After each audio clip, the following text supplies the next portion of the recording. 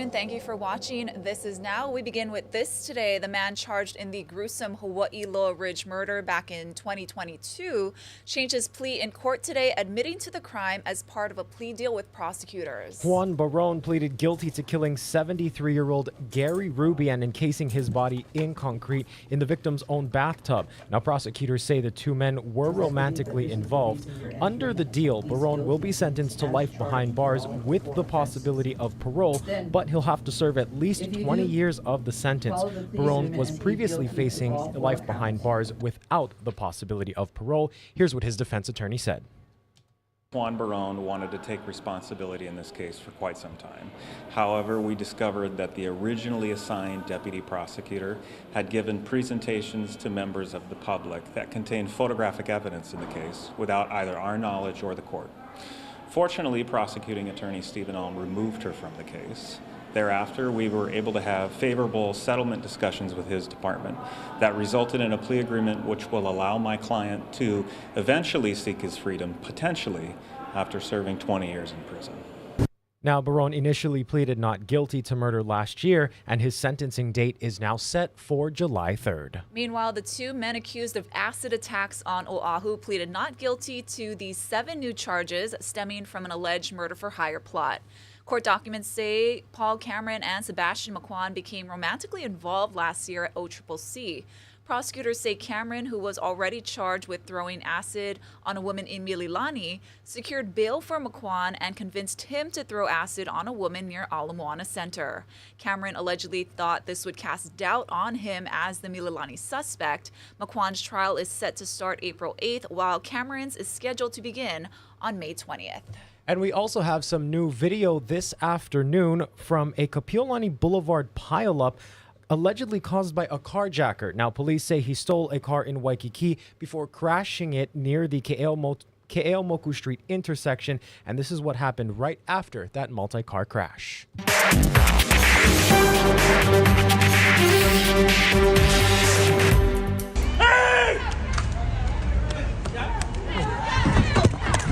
Whoa, what the oh my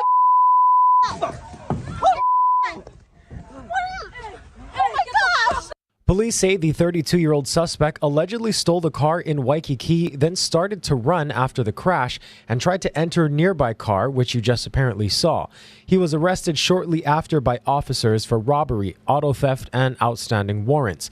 The condition of the woman who allegedly had her car stolen in Waikiki is not yet known. We're told 6 vehicles were involved in the incident. 3 people were taken to the hospital, but the extent of their injuries is unclear. Meanwhile, it's been over a week since the horrific murder-suicide in Manoa, and the memorial outside of the Oda family's home continues to grow. Dozens of people continue to stop by to pay their respects and leave flowers, and they are also taking a few moments to remember the lives lost. That includes Kaylin Shea, a teammate of 10-year-old Nana's soccer team. I would say my last goodbye, and I would hug her as hard as I can. We were actually in Spain, and we just wanted to take a picture because it was a nice background in the back. I'll always carry this with my heart.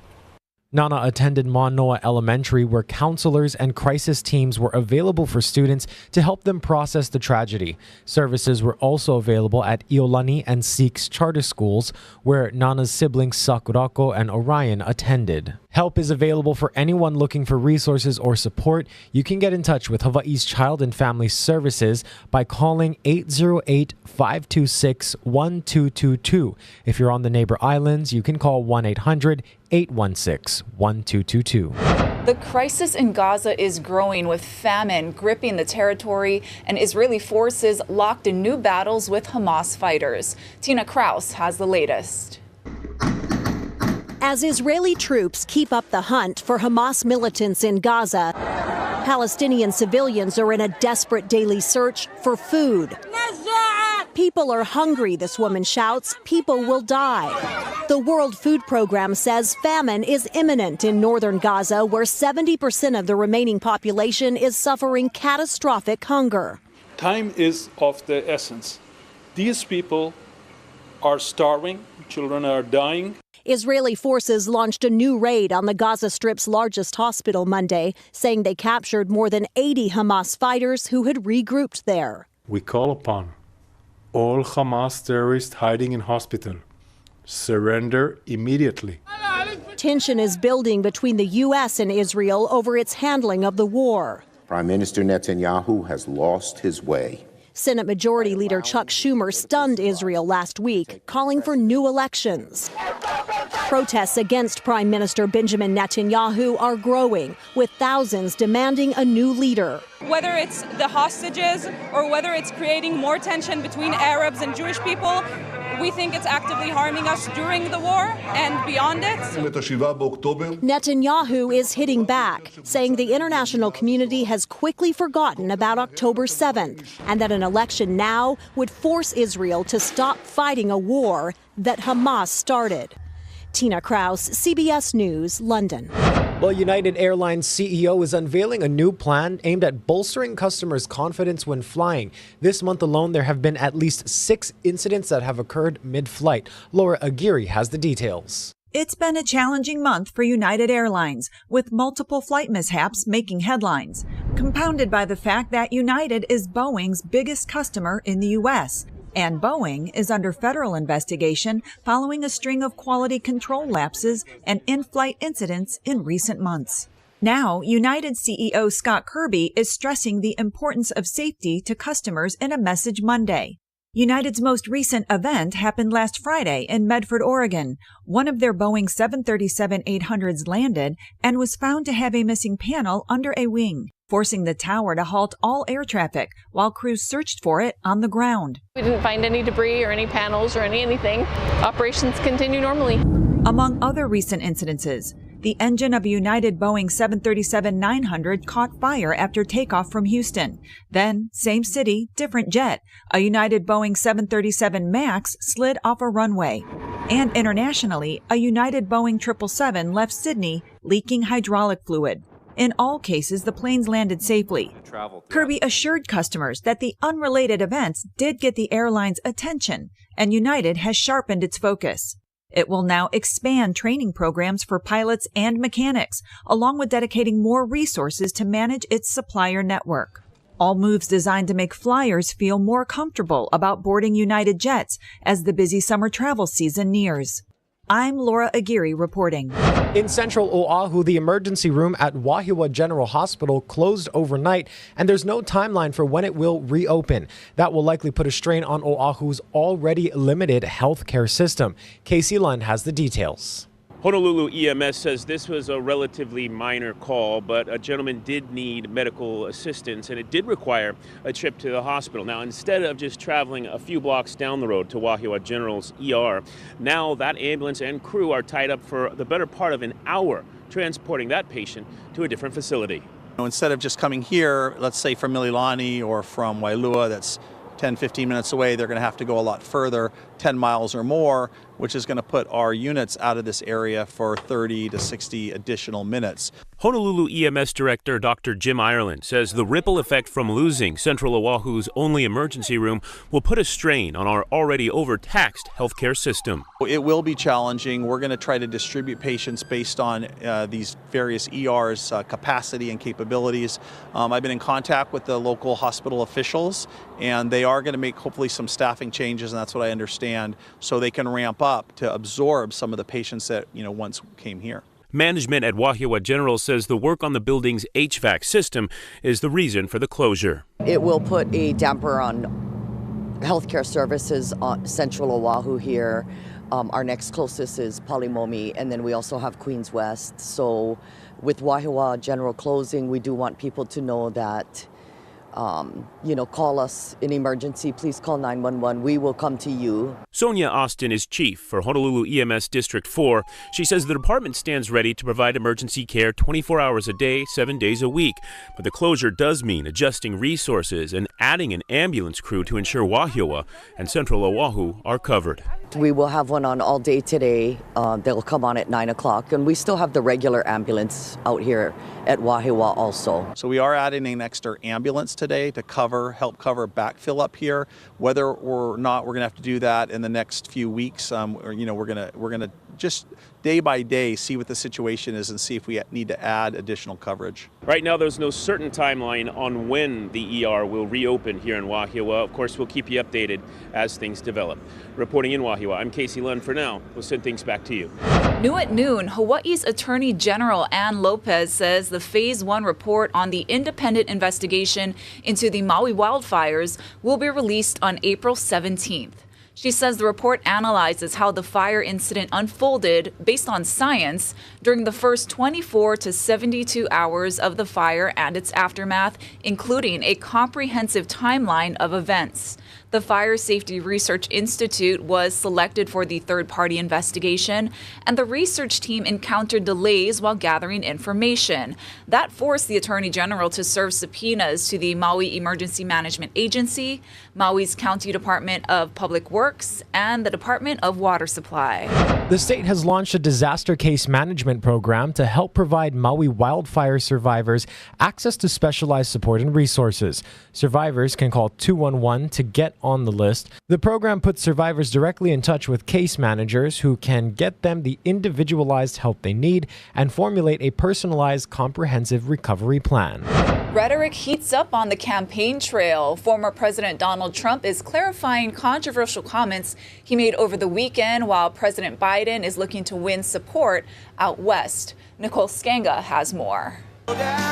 Former President Donald Trump is clarifying comments he made in Ohio Saturday, warning of a bloodbath. We're going to put a 100% tariff on every single car that comes across the line, and you're not going to be able to sell those cars if I get elected. Now, if I don't get elected, it's going to be a bloodbath for the whole. That's going to be the least of it. It's going to be a bloodbath for the country. The former president posted on his social media Monday that he was just referring to auto industry imports. But he's also drawing criticism for his characterization of migrants. These are animals, okay? Some fellow Republicans are bristling. The general tone of the speech is why many Americans continue to wonder, should President Trump be president? Former Vice President Mike Pence told CBS's Face the Nation why he won't back his former boss for president. I see him departing from the mainstream conservative agenda that has defined the Republican Party over the last 40 years. President Biden is pushing his own re-election agenda with stops out west this week in Arizona and Nevada. He holds a significant cash advantage over Trump, and his campaign is planning a $30 million ad blitz in battleground states this month. A handful of states are holding primaries on Tuesday, including Florida, where Trump will cast his ballot. Nicole Skanga, CBS News, Washington. A new airline could be coming to the islands to provide essential air service to one of Hawaii's most remote communities. Currently, Mokulele is the only commercial airline to service the island of Lanai, about 70 miles from Oahu. The airline now wants federal money in order to continue operating. In response, the U.S. Department of Transportation is opening up bids for other airlines to see which can best run this route with government assistance. Mokulele says it would continue service to Lanai even without federal funding, but ticket prices would have to go up due to rising costs. Looking at ticket prices today, a one-way ticket from Honolulu to Lanai next Monday will cost you more than $110. Meantime, state and local officials tell HNN Massachusetts-based airline Cape Air is already scouting out the area. We do know Cape Air was here. They met with the airport's division in Hawaii. They met with some of the legislators for Lanai. So I know they're interested. We're told the deadline for airlines to apply for essential air service funding is this Friday. And also new at noon, take a look at this. There was a lei draping that honored King Kamehameha III, Kaui Keo'oli, at Thomas Square in Makiki. Community groups, including the mayor and the Honolulu Fire Department, as well as members of the Royal Hawaiian Band, were in attendance. This was all in honor of his birthday, which was yesterday, St. Patrick's Day, March 17th. Beautiful moving tribute there at Thomas Square. Let's send you live outside for a quick look at Pool Vaina, more commonly known as Punch Bowl, on this beautiful Monday afternoon. Stay with us. We'll have more news and weather right after the break.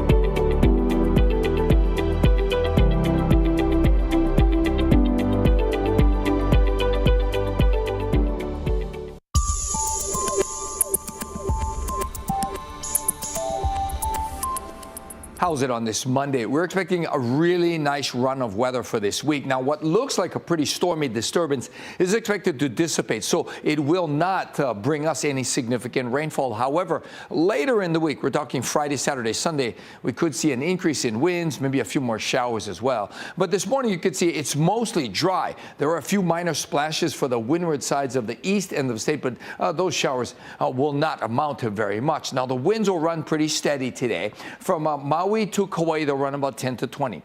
Lighter winds over in Kona and Hilo, but still a little bit breezy up in the Kohala area and the Hamakua district as well. So we've got a textbook trade and weather day.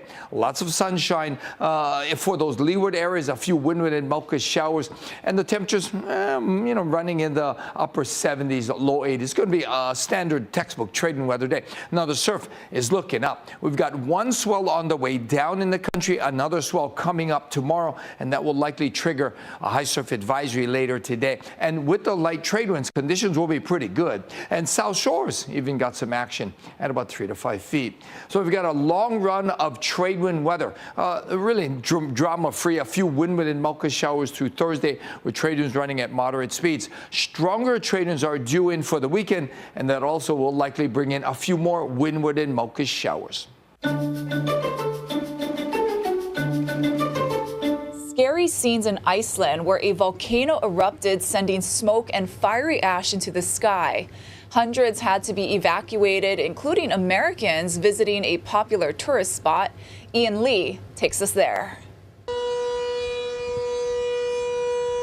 Sirens blared at Iceland's world-famous Blue Lagoon resort on Saturday night as a volcanic eruption forced hundreds of people to race to safety.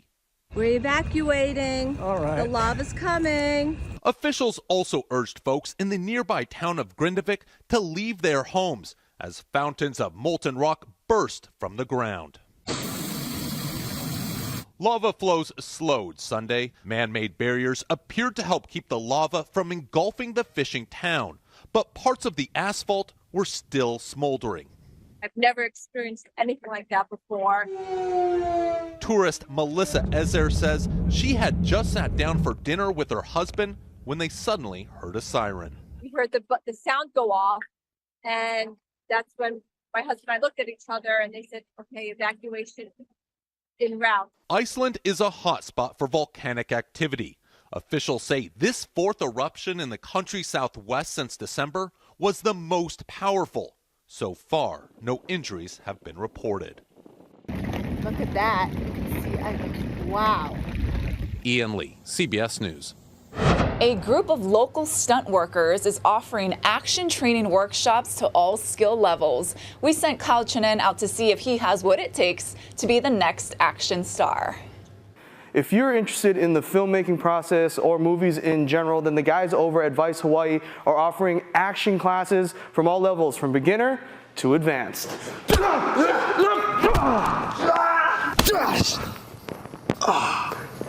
Darren Fujimori, Jason Triplett, and Saxon Sawai run Vice Hawaii.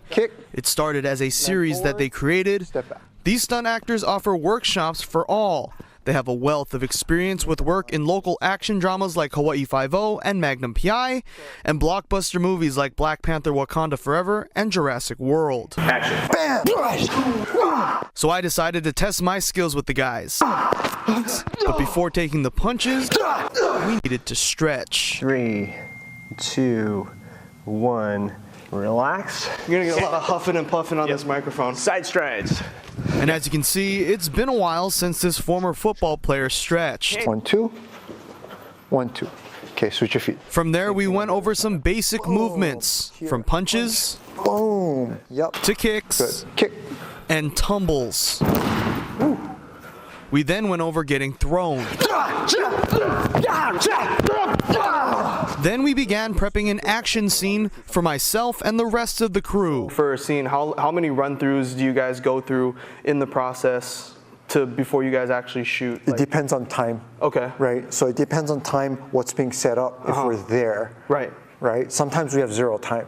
The reason why we put so much time into our craft is when we get to set, it's called stunt work. It's not called stunt training. And after some practice and a bunch of takes, it was showtime. There we go. And 3, 2, 1, action.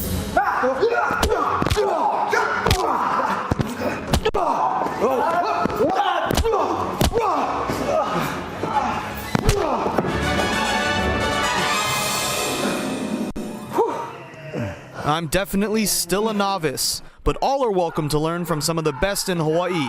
More info on their next workshops have been posted on our website. Reporting in Honolulu, Kyle Chinen, Hawaii News Now.